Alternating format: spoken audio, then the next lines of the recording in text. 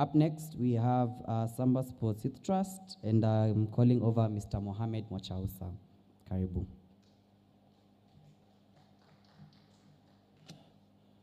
Good evening, ladies and gentlemen.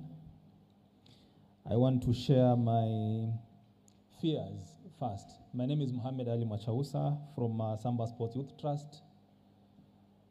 One fear is that I'm speaking at a time when the energy levels have really gone down. So I'm not sure whether people will listen or will just bear with me. The other fear is that I've done a presentation for 1 hour and have to shrink it to 3 minutes. So if I speak like a typewriter, you'll also bear with me. So Samba Sports exists to inspire awareness and influence behavioral transformation for young people using what we call a sports for development model, which utilizes targeted, integrated sports, arts, life skills, mentorship, wellness, and climate action.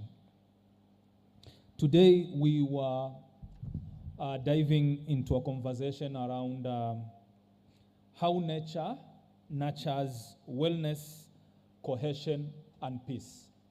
And that is what we had a conversation with, quite a very interactive conversation, but I'll just give you a glimpse of what we did.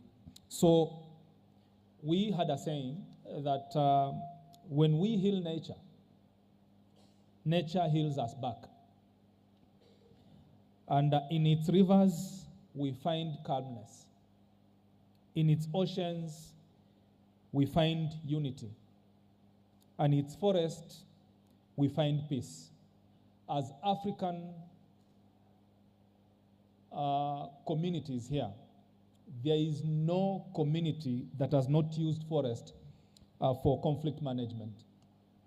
All of us, whenever we start our wars, we run back to the forest and use it and its shade to give us wisdom so that we can talk to each other in good terms.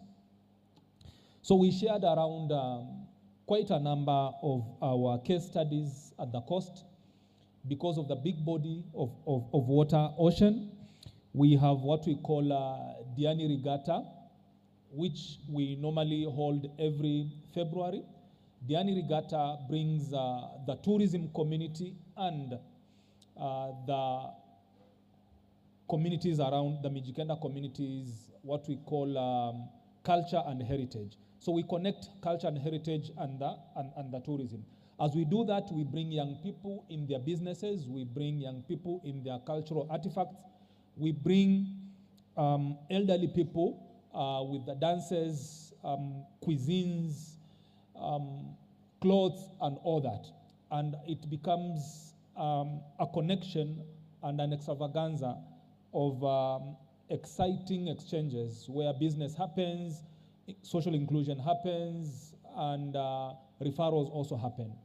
For those who are in the breakaway session, they enjoyed an 8-minute video that showed white people mingling with black people, widows, and everyone because of that water body, really cohesively engaging and building,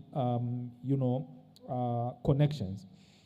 Next, every June, because of the World Ocean Day, we hold 3 days of engagement, which we call Diani Beach Zero Plastic Pollution Festival, which is a 3 days extravaganza of plastic hunting, workshops, sports, both, not both, but among football, volleyball, indoor games, and a lot of exchanges around why we need to protect our natural resources. So big stories, videos on our YouTube you can watch. But again, is it only that? But at the coastal level here, we have Lamu Cultural Festival. Every November, the world goes to Lamu, where they enjoy the donkey races and fish cuisines and the other cultures and all of that, where people come cohesively to enjoy that water body and its what it brings. Around East Africa, we have Kenya, Tanzania, and Uganda connected by Lake Victoria. Through the lake, we have women who get their daily bread and take care of their children and other things because of the fishing activities and stuff like that. So that water body becomes a very important connector for the three countries and their women in terms of women empowerment and other things that we may not mention here because of time. When we go to Eastern Central Africa, Lake Tanganyika connects 6 countries where they create harmony and interaction because of the lake and its resources. When we go to River Nile, it connects 11 countries, giving livelihood and life to these countries. If you've not noticed, look at Sudan and South Sudan and all that corridor. People are doing gigantic irrigation projects because of River Nile, a one body resource that is connecting millions of people in 11 countries. You go to Senegal, a river that connects, Senegal River connects 4 countries. Again, not just in livelihood, but also in social cohesion, rituals, and all that kind of stuff. You go to Lake Nyasa in Malawi, again, the same thing. You come to Sahara Desert, almost 50% of Africa is connected by the Sahara Desert and what it brings.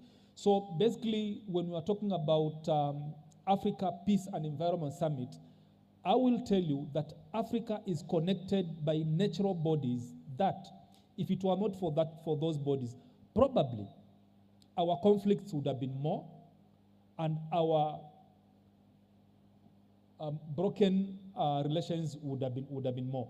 I do not have enough time and privilege to get deeper into the nitty-gritties, but for those who are in that breakaway session, I can tell you, really enjoyed and took away home very, very important lessons that, yes, nature really has bound us together, and let's keep together, because if we protect nature, then we are protecting our relationship. Thank you very much. Thank you very much, Mr. Mohammed Mwachausa, for that elaborate sharing.